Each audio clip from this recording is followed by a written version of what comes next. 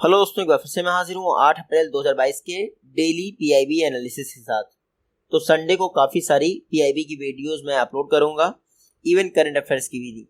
देखिए, पीआईबी बड़ी मुश्किल से रूटीन पे आ पाया है, तो पेंडिंग वीडियोस हम लोग संडे को कवर करने की कोशिश करेंगे। रेगुलर वाली ना छूटने पाए, मैं इस बात पर फोकस कर रहा हूँ। चलिए आज का पहला आर्टिकल देखते हैं। एग्रीकल्चर मिनिस्टर, इन्होंने एक कॉम्प्रिहेंसिव ट्रेनिंग प्रोग्राम लॉन्च किया है जो कि मैनेज कहलाएगा। मैनेज, इसके फुल फॉर्म से लेने देना कुछ नहीं है। यहाँ देखिए आप, एक कॉम्प्रिहेंसिव ट्रेनिंग प्रोग्राम लॉन्च किया गया है जिसका नाम है मैनेज। मैनेज के तहत क्या होगा, लगभग 750 अवेयरनेस प्रोग्राम रन किए जाएंगे 30,000 विलेज हेड्स के लिए, यानी 30,000 ग्राम प्रधान जो होते हैं उनके लिए। अप्रैल से लेकर अगस्त के बीच में, यानी आज़ादी का अमृत महोत्सव के तौर पर ऑर्गेनाइज किया जाएगा ये मैनेज प्रोग्राम अहमदाबाद में। तो देखिए, पहले मास्टर ट्रेनर को ट्रेनिंग दी जाएगी। ये मास्टर ट्रेनर क्या करेंगे, इन 30,000 ग्राम प्रधानों को ट्रेनिंग प्रोवाइड करेंगे। पर्पस क्या है, ऑर्गेनिक फार्मिंग को बढ़ावा देना। तो पहली बात तो आपको याद होना चाहिए, मैनेज क्या है, ये एक मास्टर ट्रेनिंग प्रोग्राम है। देखिए यहाँ पर, प्रोग्राम फॉर मास्टर ट्रेनर्स, यानी पहले मास्टर्स को ट्रेंड किया जाएगा ताकि वो विलेजेस में जाकर जो हेड ऑफ द विलेज यानी ग्राम प्रधान होता है उसको नेचुरल फार्मिंग पर ट्रेनिंग प्रोवाइड कर सकें। तो कितने 750 अवेयरनेस प्रोग्राम रन किए जाएंगे इन मास्टर ट्रेनर्स के द्वारा। कितने विलेजेस के पर हेड के लिए, 30,000 आने वाले समय में देखा जाए तो 750 अवेयरनेस प्रोग्राम रन किए जाएंगे 30,000 विलेज हेड के लिए। वर्तमान में नेचुरल फार्मिंग में कितना एरिया आता है, 4.09 लाख हेक्टेयर। ये डाटा आपको याद रखना है। देखिए, बजट 2022-23 में कहा गया था कि नेचुरल फार्मिंग को बढ़ावा दिया जाएगा। इंडिया में पहले से ही परंपरागत कृषि विकास योजना चल रही है जिसको 2015 में लॉन्च किया था। देखिए, इंडिया में एक national mission of sustainable agriculture already run किया जा रहा था। उसका एक सब कंपोनेंट है सॉइल हेल्थ मैनेजमेंट। उस सॉइल हेल्थ मैनेजमेंट के अंतर्गत ही परंपरागत कृषि विकास योजना लॉन्च किया गया, नेचुरल फार्मिंग को बढ़ावा देने के लिए। ऑर्गेनिक फार्मर्स की बात की जाए, यानी ऑर्गेनिक फार्मिंग करने वाले फार्मर्स की संख्या की बात की जाए तो इंडिया नंबर 1 में है। लैंड एरिया की बात करें ऑर्गेनिक फार्मिंग के तहत तो इंडिया 9th प्लेस पे है। चाइना इसमें नंबर 1 है। सिक्किम इंडिया का और वर्ल्ड का पहला फुल्ली ऑर्गेनिक स्टेट डिक्लेयर किया चुका है ऑलरेडी 2016 में। सॉइल हेल्थ कार्ड स्कीम, इसकी वजह से क्या हुआ, हमें कौन सी फर्टिलाइजर ज़्यादा यूज़ करनी है, कितने एरिया में यूज़ करनी है, कितनी नहीं करनी है, इसका हमें आभास मिला। हमें गवर्नमेंट ऑफ इंडिया एक सर्टेन टाइम ऑफ पीरियड के बाद, लगभग 2 साल या 3 साल के इंटरवल के बाद, आपको आपकी लैंड में न्यूट्रिशन का डाटा देती है। काफ़ी डिटेल में आपको मैं पढ़ा चुका हूँ न्यूट्रिशन का डाटा। इवन नाबार्ड का जो ESI ARD सीरीज है उसमें भी स्टैटिक मॉड्यूल में आपको ये मिल जाएगा। इसमें बताया गया है सॉइल हेल्थ कार्ड स्कीम आने के बाद केमिकल फर्टिलाइजर आज से 10% कम पड़ गया, प्रोडक्टिविटी भी 5 से 6% बढ़ गई। देख लेते हैं ये परंपरागत कृषि विकास योजना टारगेट क्या है, 10,000 क्लस्टर बनाना जो कि 2 लाख हेक्टेयर को कवर करेंगे आने वाले 3 वर्षों में। ये 3 वर्ष से 15-16, 16-18, ठीक है। बाकी क्लस्टर तो 7,000 के आसपास बने 29 राज्यों में, लेकिन ये डाटा जो है पता नहीं है हमारे पास। यहाँ पे आपको 4.09 लाख हेक्टेयर के आसपास नेचुरल फार्मिंग जो है कवर की जा रही है इंडिया में। नेक्स्ट आर्टिकल है कृषि विज्ञान केंद्र। टेक्नोलॉजिकल प्रोडक्ट जो बनाए गए हैं उनकी बात की गई है। देखिए, गवर्नमेंट ने क्या किया है, ये प्रोविजन बना दिया है कि हर ग्रामीण डिस्ट्रिक्ट में यानी रूरल डिस्ट्रिक्ट में एक कृषि विज्ञान केंद्र होना चाहिए ताकि फार्मर्स की फील्ड पर ही लाइव टेक्नोलॉजी का डिमॉन्स्ट्रेशन हो सके, जो कि नई नई एग्रीकल्चरल टेक्नोलॉजीज आ रही हैं। आपको पता है कृषि विज्ञान केंद्र का पर्पस क्या है, विज्ञान को एग्रीकल्चर यानी कृषि के लिए कैसे यूज करना, ऑन फील्ड डिमॉन्स्ट्रेशन होना चाहिए रूरल एरियाज में। इसके लिए कृषि विज्ञान केंद्र बनाए गए। पिछले 3 वर्षों में लगभग 5.48 लाख क्विंटल सीड्स जो है प्रोड्यूस किया गया है। बाकी बहुत कुछ प्रोड्यूस किया गया है कृषि विज्ञान केंद्र के द्वारा। ये पूछेंगे तो नहीं इतना, लेकिन आप थोड़ा सा फैक्ट अगर रटना चाहे तो रट लीजिए, लेकिन मेरे ख्याल से नहीं। ये डाटा जो है आपको निबंध वगैरह में काम आ सकता है, अदरवाइज कुछ नहीं। कृषि विज्ञान केंद्र पर्पस क्या है, पर्पस ये है एग्रीकल्चरल टेक्नोलॉजीज का असेसमेंट करना, डिमॉन्स्ट्रेशन करना ताकि फार्म उनको यूज करें। और देखिए, प्रोडक्शन, सीड्स की क्वालिटी और जो प्लांटिंग मटेरियल है उसके विषय में लोगों को एडवाइस किया जा सके कृषि विज्ञान केंद्र के द्वारा। ये बताता है कि हमें नई टेक्नोलॉजीज जो है जो यूज की जा रही है फार्मर्स के द्वारा, वो कैसे हमारी फार्म की प्रॉब्लम सॉल्व कर रही है, कल्टीवेशन की कॉस्ट कम कर रही है, प्रोडक्शन बढ़ा रही है। तो ये सारी चीज़ें जो है गवर्नमेंट ऑफ इंडिया ने कृषि विज्ञान केंद्र के द्वारा प्रमोट की है। कृषि विज्ञान केंद्र एक इंटीग्रल पार्ट है नेशनल एग्रीकल्चरल रिसर्च सिस्टम का। पहला कृषि विज्ञान केंद्र 1974 में पौंडीचेरी में ओपन किया गया, तमिलनाडु एग्रीकल्चरल यूनिवर्सिटी का। देखिए, कृषि विज्ञान केंद्र को 100% केंद्र सरकार द्वारा फाइनेंस प्रोवाइड किया जाता है। ICAR इंस्टीट्यूट द्वारा हर कृषि विज्ञान जो है कृषि विज्ञान केंद्र एक यूनिवर्सिटी के तहत कार्य करता है। बाकी कृषि विज्ञान केंद्र एक तरह से ब्रिज का काम कर रहा है फार्मलैंड और लेबोरेटरीज के बीच में। कृषि विज्ञान का मतलब रिसर्च एंड डेवलपमेंट लेबोरेटरीज में होता है, फार्मलैंड में ये रिसर्च एंड डेवलपमेंट टेक्नोलॉजी के रूप में जाके प्रोसेस होता है। ये टेक्नोलॉजी जहां पर बताई जा रही है वो है आपका कृषि विज्ञान केंद्र। नेक्स्ट आर्टिकल है, देखिए, national agriculture infra financing facility, जो आपका नेशनल एग्रीकल्चर इंफ्रास्ट्रक्चर फंड है, उसके तहत कैसे किसको पैसा दिया गया है या पैसा मिला है वो देख लीजिए। राजस्थान को 824 प्रोजेक्ट के लिए लगभग 650 करोड़ से ऊपर दिया जा चुका है। उत्तर प्रदेश को भी दिया जा चुका है, तो सबसे ज्यादा राजस्थान को दिया गया है, ये याद रखने वाली बात है। राजस्थान और उत्तर प्रदेश पिछले 6 वर्षों में बहुत कुछ दिया जा चुका है टेंटेटिव अलॉटमेंट। हमारे लिए इंपॉर्टेंट नहीं, हमारे लिए इंपॉर्टेंट है एग्रीकल्चर इंफ्रास्ट्रक्चर फंड। अगस्त 2021 में लॉन्च किया गया एग्रीकल्चर इंफ्रास्ट्रक्चर फंड, ये 1 लाख करोड़ का था। आपको पता ही होगा आत्मनिर्भर भारत पैकेज 20 लाख करोड़ का था, उसमें एग्रीकल्चर इंफ्रास्ट्रक्चर प्रोजेक्ट जो है फंड जो है आपका 1 लाख करोड़ था। इसके तहत मीडियम और long term debt financing facility provide करनी थी पोस्ट हार्वेस्ट मैनेजमेंट इंफ्रास्ट्रक्चर के लिए, कम्युनिटी फार्मिंग एसेट्स के लिए। तो प्री हार्वेस्ट नहीं, पोस्ट हार्वेस्ट, ये लाइन याद करिएगा। पहले 10 वर्षों के लिए था आपका एग्रीकल्चर इंफ्रास्ट्रक्चर फंड से लोन लेने की अवधि, लेकिन अब ये स्कीम 13 वर्षों के लिए इंप्लीमेंट की जा रही है क्योंकि लोगों ने लोन लिया ही नहीं।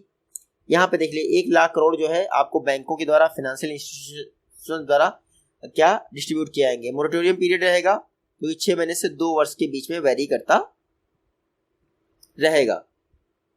इंटरेस्ट सबवेंशन देख लीजिए, 2 करोड़ तक के मैक्सिमम लिमिट जो है 2 करोड़ तक के लोन पर है, 3% पर ईयर। लेकिन ये सबवेंशन आपको 7 वर्ष से अधिक के लिए नहीं मिलेगा। ऐसा नहीं कि 7 साल बाद भी आप इंटरेस्ट सबवेंशन लेते रहो। अगर लोन डूब जाता है तो 2 करोड़ तक के लोन की गारंटी कौन लेगा?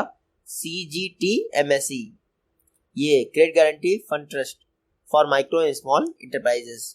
तो CGTMSE आपके इस फंड की गारंटी लेगा 2 करोड़ तक की। नेक्स्ट आर्टिकल है, सेंटर ने एक्सटेंड कर दी है टाइमलाइन। एथेनॉल प्रोजेक्ट के तहत जो लोन डिस्बर्समेंट हो रहा है उसकी टाइमलाइन, हाँ यहाँ देख लीजिए। देखिए, सेंट्रल गवर्नमेंट क्या किया है, जो लोन एथेनॉल प्रोडक्शन के लिए दिया जा रहा है उसकी जो लिमिट है वो अब 30 सितंबर 2022 तक कर दी। गवर्नमेंट क्या कर रहा है, देखिए, इंटरेस्ट सबवेंशन प्रोवाइड करता है 6% पर एनम के हिसाब से, या फिर बैंक जो इंटरेस्ट रेट चार्ज करती है उसको 50% तक का आपको इंटरेस्ट सबवेंशन प्रोवाइड करता है, इंक्लूडिंग 1 ईयर मोरेटोरियम। 5 वर्ष के लिए आपको इंटरेस्ट सबवेंशन मिलेगा, कितना? 6%, अगर आप एथेनॉल का प्रोडक्शन कर रहे हैं। इंटरेस्ट सबवेंशन स्कीम पहले 18-21 के लिए अनाउंस की थी, अब कब तक है? 30 सितंबर 2022 तक। तो पहली बात तो 6% पर एनम, या फिर जो इंटरेस्ट रेट बैंक अप्लाई कर रहे हैं उसका 50%। एथेनॉल डिस्टिलेशन कैपेसिटी इंडिया को इंक्रीज करनी है, क्योंकि 2014 से पहले हम लोग 215 करोड़ लीटर एथेनॉल प्रोड्यूस कर रहे थे, लेकिन अब टारगेट है कि जल्दी से जल्दी हमें 20% एथेनॉल ब्लेंडिंग पेट्रोलियम लॉन्च करना है। इसलिए हमें एथेनॉल का प्रोडक्शन बढ़ाना होगा। तो पिछले 7 वर्षों में गवर्नमेंट ऑफ इंडिया ने ये जो पहले आपका 215 करोड़ लीटर था इसको बढ़ाकर 555 करोड़ लीटर कर दिया है। ये हमें पढ़ने की जरूरत नहीं। 20% एथेनॉल ब्लेंडिंग 2025 तक लानी है। 2013 तक की बात की है तो ऑयल मार्केटिंग कंपनीज को जो एथेनॉल का सप्लाई होता था 38 करोड़ लीटर के आसपास होता था, जो कि 1.53% के आसपास ही एथेनॉल ब्लेंडिंग था। इस समय एथेनॉल ब्लेंडिंग टारगेट 10% के आसपास हो चुका है लगभग। इसलिए गवर्नमेंट ऑफ इंडिया चाहती है कि 2025 तक क्या हो, आपका 25% का टारगेट अचीव हो जाए। तो ये देख लीजिए 8% ऑयल मार्केटिंग कंपनीज द्वारा जो फ्यूल ग्रेड एथेनॉल का प्रोडक्शन है वो बढ़ चुका है। बाकी ये 9.66% हो गया, देख रहे हैं आप। 3 अप्रैल 2022 तक एथेनॉल ब्लेंडिंग 9.66% हो गई है। तो बस टारगेट से हम लोग लगभग 0.5% चूक गए, क्योंकि 2022 तक 10% का टारगेट था। लेकिन बहुत बड़ी बात है, 2003 में लॉन्च हुआ एथेनॉल ब्लेंडिंग प्रोग्राम, 5% कब करना था, नहीं हुआ। ऐसे ही हमारा जवाहर सौर योजना शुरू हुई, तो कुछ हुआ नहीं। देखिए, अब मैं कांग्रेस की बुराई नहीं कर रहा हूँ, लेकिन बहुत ढीले इंसान हो यार तुम लोग, कुछ काम करते ही नहीं। 2003 में टारगेट रखा कि 5% ब्लेंडिंग करनी है, मोदी गवर्नमेंट नहीं आती तो ये 2022 में जाके ये 10% भी नहीं होता, और 2025 में ये आपका 25% भी नहीं होता। लेकिन अब होगा, क्योंकि ये गवर्नमेंट जो है थोड़ा सीरियस रहती है। डंडा जहां भी चलेगा काम तो होंगे। 2025 तक 20% ये लोग कर देंगे, मुझे ऐसा लगता है। 20 नहीं तो 18 हो जाएगा। देखिए, हमेशा टारगेट कीजिए आप सन के लिए, मून तक तो चला ही जाएगा, किसका जाता है। नेक्स्ट आर्टिकल है 30,160 करोड़ से ऊपर लोन जो है सैंक्शन किया जा चुका है स्टार्टअप इंडिया स्कीम के तहत 6 वर्षों में। स्टार्टअप इंडिया स्कीम के तहत लोन देख लीजिए आप, 6वीं एनिवर्सरी स्टार्टअप इंडिया स्कीम की इंप्लीमेंट की जा रही है। SC, ST और वुमेन एंटरप्रेन्योर्स जो है स्टार्टअप इंडिया स्कीम के तहत लोन ले सकते हैं। 5 अप्रैल 2016 को लॉन्च की गई थी एंटरप्रेन्योरशिप को बढ़ावा देने के लिए और जॉब क्रिएशन करने के लिए। बाद में स्टैंड अप इंडिया स्कीम को भी एक्सटेंड कर दिया गया 15th फाइनेंस कमीशन के रिकमेंडेशन के हिसाब से।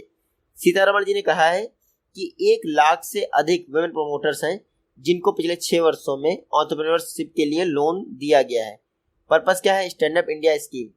एंटरप्रेन्योरशिप प्रमोट करना है SC, ST और वुमेन्स के बीच में। स्टैंड अप इंडिया स्कीम के तहत बैंक लोन दिया जाता है 10 लाख से लेकर 1 करोड़ तक का। हर एक शेड्यूल्ड कमर्शियल बैंक द्वारा जो ये स्टैंड अप इंडिया स्कीम के तहत लोन देना है, ये पर ब्रांच एक वुमेन बारोवर पक्का होना चाहिए। यानी एक शेड्यूल्ड कमर्शियल बैंक द्वारा ये लोन एक वुमेन बारोवर का जरूर देना चाहिए, लेकिन उनकी एज 18 वर्ष से ऊपर होनी चाहिए। यहाँ देख लीजिए, अगर नॉन इंडिविजुअल एंटरप्राइज हैं तो उसमें 51% शेयर होल्डिंग इसके मालूम चाहिए SC, ST और वुमेन एंटरप्राइज के बीच में। स्कीम क्या है? 15% आपको मार्जिन मनी देनी ही पड़ेगी। सपोज करो 10 लाख का प्रोजेक्ट है तो आपको 1.5 लाख देना ही पड़ेगा, नहीं तो बाकी 85 आपको 8.5 लाख का लोन नहीं मिलेगा। तो मिनिमम 10% प्रोजेक्ट कॉस्ट का जो है खुद से लगाना पड़ेगा। बाकी ये दो चीजें याद रखिए, मार्जिन मनी की 15% और प्रोजेक्ट कॉस्ट का खुद से बारोवर को लगाना होगा कितना, 10% आपके पास होनी चाहिए। नेक्स्ट आर्टिकल है फिश प्रोडक्शन, प्रधानमंत्री मत्स्य संपदा योजना के तहत क्या है। देखिए, डिपार्टमेंट ऑफ फिशरीज अभी तक का हाईएस्ट एवर इन्वेस्टमेंट हुआ है प्रधानमंत्री मत्स्य संपदा योजना के तहत 20,050 करोड़ के आसपास। आंध्र प्रदेश के साथ साथ पूरे देश देश में लागू हुई 2020-21 से। प्रधानमंत्री मत्स्य संपदा योजना 2020-21 में शुरू हुआ। फिश प्रोडक्शन जो है 2019-20 में था 141.84 लाख टन। याद रखिएगा, ये 141.64 लाख टन ये था आपका फिश प्रोडक्शन कब, 2019-20 में। 2021 में कितना, लगभग 6 लाख टन के आसपास बढ़ गया। तो ये अपने आप में अच्छी चीज है। आंध्र प्रदेश में फिश प्रोडक्शन की बात करें तो ये काफी ज्यादा बड़ा है। मुझे लगता है अकेले आंध्र प्रदेश की वजह से ही ये टारगेट अचीव हो पाया है। श्री पुरुषोत्तम रुपाला जी ने लोकसभा में हाल ही में रिप्लाई किया कि प्रधानमंत्री मत्स्य संपदा योजना अपना रूल ढंग से निभा रही है। प्रधानमंत्री मत्स्य संपदा योजना 10 सितंबर 2020 को लॉन्च की गई थी। ब्लू रिवोल्यूशन के पार्ट के तौर पर 5 वर्षों के लिए लॉन्च किया गया 2020 से 25 तक के लिए। 2019-20 के बजट में इसको अनाउंस किया गया था 1 लाख करोड़ 2024-25 तक क्या एक्सपोर्ट अर्निंग क्रिएट करनी है। एडिशनल फिश प्रोडक्शन 70 लाख बढ़ाना है। फार्मर्स की इनकम फिश फार्मर्स की 2024-25 तक डबल करनी है। और पोस्ट हार्वेस्ट लॉसेस जो 20-25% होता है उसको 10% करना है प्रधानमंत्री मत्स्य संपदा योजना के तहत। 55 लाख डायरेक्ट इनडायरेक्ट रोजगार भी बनाने हैं। बजट देखिए, टाइम पीरियड 20,050 करोड़ अनाउंस किया गया है 5 वर्षों के लिए, 2020-21 से 24-25 के लिए। अभी तक का फिशरी सेक्टर में हाईएस्ट एवर इन्वेस्टमेंट है। अब लाइव स्टॉक सेंसस, पता नहीं क्यों इन्होंने बात की है लाइव स्टॉक सेंसस की, वो भी 20वें लाइव स्टॉक सेंसस के। कुछ खास नहीं है, जो खास मैं बता देता हूँ आपको। 20वां लाइव स्टॉक सेंसस 2019 में हुआ था। सभी स्टेट्स और यूटीज ने इसमें पार्टिसिपेट किया था। डिपार्टमेंट ऑफ एनिमल हस्बेंड्री द्वारा किया जाता है। पहला लाइव स्टॉक सेंसस कब हुआ था इंडिया में, 1919 के आसपास। 16 प्रजातियां हैं जिनको लाइव स्टॉक में कैलकुलेट किया जाता है, ये आप पढ़ लीजिए। 20वां लाइव स्टॉक सेंसस पहली बार डाटा जो है कंप्यूटर और टैबलेट से कवर किया गया था। 20th लाइव स्टॉक सेंसस के कुछ डाटा आप यहाँ पे पढ़ लीजिए। Total live stock population 536.76 millions के आसपास थी, जो कि प्रीवियसली यानी 19वें से कितना अधिक थी, 4.8%। बाकी यहाँ पे लाइव स्टॉक पॉपुलेशन देख लीजिए आप, अर्बन एरिया में इतनी थी और रूरल एरियाज में इतनी थी और अर्बन एरियाज में इतनी थी, यानी रूरल एरियाज में लाइव स्टॉक का लगभग 95.8% के आसपास बिलोंग करता है। बोवाइन पॉपुलेशन 303.76 मिलियन के आसपास थी, जो कि प्रीवियस टाइम से कितना 1.3% बढ़ी थी। कैटल की पॉपुलेशन 2019 के सेंसस के हिसाब से 193.46 मिलियन के आसपास थी, जो कि 1.3% का इंक्रीज बताती है। Exotic, crossbreed, indigenous, non describe cattle की पॉपुलेशन इतनी थी, जो कि हमारे रटने के लिए इंपॉर्टेंट नहीं है। Indigenous non describe female cattle population 10% increase हुआ था, क्योंकि आपको पता ही है सेक्स सॉर्टेड सीमेंट का यूज किया जा रहा है, इंडिजिनस ब्रीड्स को बढ़ावा दिया जा रहा है। तो जल्दी मिलते हैं, खास करके कल। तब तक के लिए टेक केयर।